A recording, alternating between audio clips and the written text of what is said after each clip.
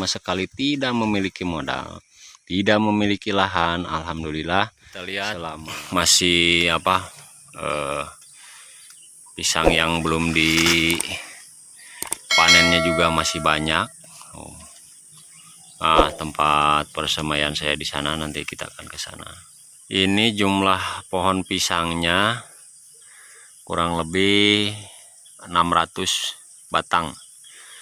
600 saya biarkan dua seperti itu, dua tandan, tiap rumpun dikasih dua, tapi sekarang dikasih satu.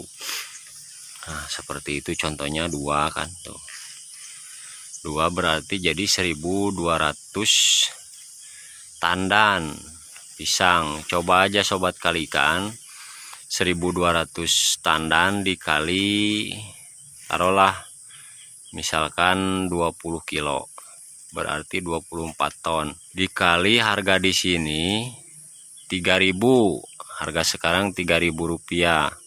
Tinggal kalikan 24 kali 3, berarti bisa sobat kalikan sendiri ya, kurang lebih segitu 5 periode. Saya kira dengan luasan lahan ini 14.000 batang tanaman, 14.000 batang tanaman tersubsidikan biayanya dengan pohon pisang. Saya kira konsep ini sangat bagus. Nah, manakala kita dengan teknik budidaya yang mumpuni, misalkan bisa menghasilkan tanaman cabai 1 kilo, umpama katakanlah 1 kilo kali 14.000 tanaman, berarti 14 ton. Itu bisa 14.000 tanaman didanai biayanya, disubsidi dengan pohon pisang ini, buah pisang ini, per periode 24 ton gitu konsepnya. Makanya banyak yang kawan-kawan saya, banyak yang belum percaya. Sebenarnya untuk permodalan saya jarang merogoh dari kocek sendiri, jadi dari kocek langsung, terkecuali itu untuk dana talangan lah, bisa dikatakan seperti itu. Karena ini lahan sudah saya anggap lahan produktif, sudah jadi gitu. Karena ini lahan sudah membiayai sendiri gitu, sistemnya sudah hampir jadi gitu. Nah, dibutuhkan waktu dari pembentukan lahan ya kurang lebih 3 tahun lah. Ini sudah berjalan 3 tahun. 3 tahun baru ya bisa dikatakan hampir otomatis bisa membiayai sendiri dari pohon pisang gitu, dari buah pisang. Kenapa saya pilih dikombinasikan dengan pisang, padahal kebanyakan petani ini pisang untuk dikombinasikan dengan kultura seperti cabai, biasanya kebanyakan petani enggan gitu, karena pohon pisang ini menaungi terlalu daunnya kan besar-besar. Tapi menurut saya itu tidak begitu begitu berpengaruh terlalu besar kalau seandainya konsep pertanian kita yang akan kita jalankan menggunakan dengan intinya gini kawan, bertani itu kita kan harus memiliki gambaran atau bisa diibaratkan bisnis plan lah, seperti itu. Perencanaan bisnisnya seperti apa. Saya menerapkan konsep pertanian berkelanjutan. Bagaimana caranya? Waktu itu saya memikirkan seperti ini, bagaimana caranya hobi saya ini di bidang pertanian ini, khususnya cabai, bisa tersalurkan gitu. Intinya setiap penanaman cabai saya tidak usah memikirkan atau tidak usah bingung-bingung memikirkan modal gitu. Bagaimana caranya? Oh, ternyata pas begitu dipraktekkan, saya kombinasikan dengan pisang ini, alhamdulillah ternyata bisa diandalkan ini. Walaupun pisang adalah komoditas yang ya kebanyakan disepelekan gitu, bukan primadona lah. Tapi di dalam kenyataannya ternyata buah pisang ini bisa mensokong ataupun bisa mengcover permodalan atau bahkan kerugian sekalipun. Bisa ketika kita tanam cabai dilanda kerugian, kita masih memiliki modal. Di lahan kita masih memiliki modal, yaitu buah pisang itu sendiri. Jadi intinya, intinya dari konsep pertanian berkelanjutan ini adalah bagaimana caranya supaya lahan kita ini produktif gitu. Bukan semata-mata misalkan untuk apa? Sebenarnya gini, untuk apa misalkan tanaman cabai kita bagus tapi dengan produktivitasnya bagus misalkan, tapi dengan biaya yang sangat tinggi. Menurut saya itu terlalu riskan, terlalu high risk gitu, terlalu besar risikonya gitu, sobat. Perlu diketahui juga ini untuk para petani yang pemula, kebanyakan mereka tertipu ataupun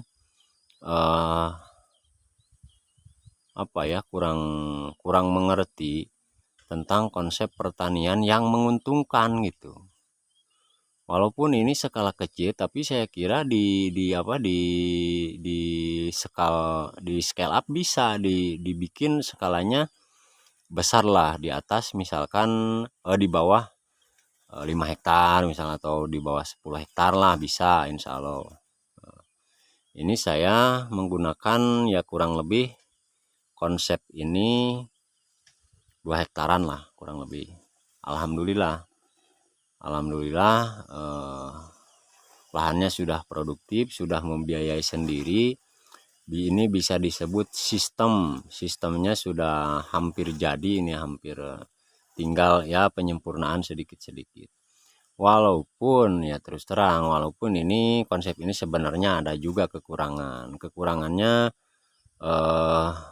perawatan semua jenis varietas tanaman yang kita tanam di lahan ini harus ekstra ketat. Karena kalau tidak, semisal contoh seperti ini saya tunjukin, jangan membiarkan terlalu banyak anakan dalam satu rumpun, contohnya seperti ini. Saya ini akan kita tebang karena ini berpenyakit tuh. Kita lihat ya, itu titik tumbuhnya, pucuknya berwarna kuning, ini tidak sehat. Makanya saya akan bongkar ini. Kita biarkan satu saja supaya nantinya pertumbuhan pisangnya optimal, buahnya besar-besar, dan juga cabainya tidak terlalu ternaungi gitu. Tidak terlalu ternaungi lah, intinya seperti itu. Karena kalau misalkan ini sudah beberapa kali, bahkan ini lihat di sini tuh buktinya, ini rekaman dari video cabai saya yang kemarin ini. Lihat, alhamdulillah seperti itu. Walaupun tidak super sekali, tapi saya kira ini keuntungannya bisa maksimal gitu. Hasil dari budidaya yang kemarin bahkan bisa di-save, bisa untuk men-scale up ataupun memperbesar usaha kita lah, ngegedein usaha kita. Misalkan tadinya dari lahan 1 hektar bisa jadi 2 hektar. Itu yang saya lakukan dari awal, nol modal sama sekali, tidak memiliki modal, tidak memiliki lahan. Alhamdulillah selama 5 tahun dan 3 tahun saya persis menggunakan metode seperti itu, metode bertumbuh. Bertumbuh dari 1 jadi 2, dari 2 jadi 4, dari 4 jadi 8 melalui penambahan, bukan perkalian. Karena kalau misalkan perkalian ataupun expector layer page seperti itu, di usaha pertanian saya kira agak lumayan sulit gitu. Lebih aman dan lebih cocok menggunakan pola penambahan gitu, bukan perkalian ya. Kalau bisa, kalau misalkan sobat mau praktekkan, ya bisa menggunakan faktor kali dari misalkan lahan 1 hektar jadi 2 hektar, dari 2 hektar jadi 4 gitu, bisa sebetulnya itu. Ya itulah sekilas gambaran tentang usaha pertanian polikultur ini, bukan monokultur gitu. Karena monokultur menurut saya terlalu besar risikonya untuk para petani, yang kebanyakan permasalahan di petani itu sebenarnya bukan keahlian petani untuk berbudidaya ataupun misalkan menghasilkan produktivitas tanaman dengan produktivitas yang tinggi. Bukan itu sebenarnya permasalahan di dunia pertanian itu. Yang saya lihat, permasalahan yang sebenarnya di dunia pertanian itu ataupun para petani kurang bisa mengelola keuangan sebenarnya itu. Karena ketika hasil panenan, kebanyakan para petani saya lihat, nah, hasil panenan yang dari misal katakanlah cabai, mereka mendapatkan umpamanya 10 atau 20 bahkan 100 juta misalkan. Kenapa pas begitu menjelang penanaman selanjutnya mereka tidak memiliki modal? Saya kira itu adalah suatu tantangan itu yang harus diselesaikan, yaitu dengan cara manajemen keuangan itu, menurut saya itu.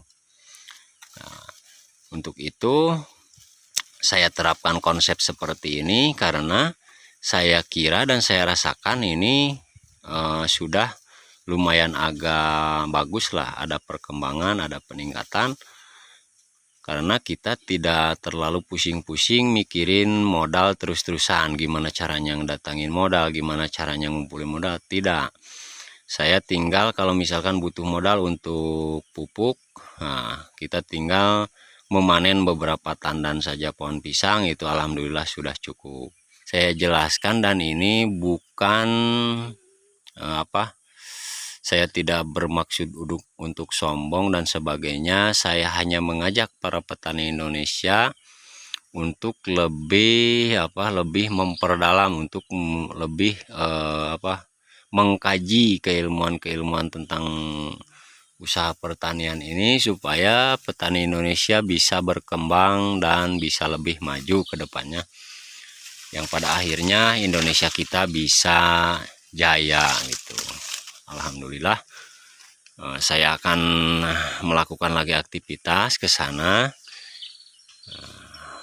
Untuk itu dicukupkan sekian dulu. Saya aturkan terima kasih bagi kawan-kawan semua yang menyimak dari awal sampai akhir. Saya ucapkan terima kasih dan doakan semoga rezeki kalian dilancarkan oleh Allah Subhanahu wa Ta'ala. Amin. Assalamualaikum warahmatullahi wabarakatuh.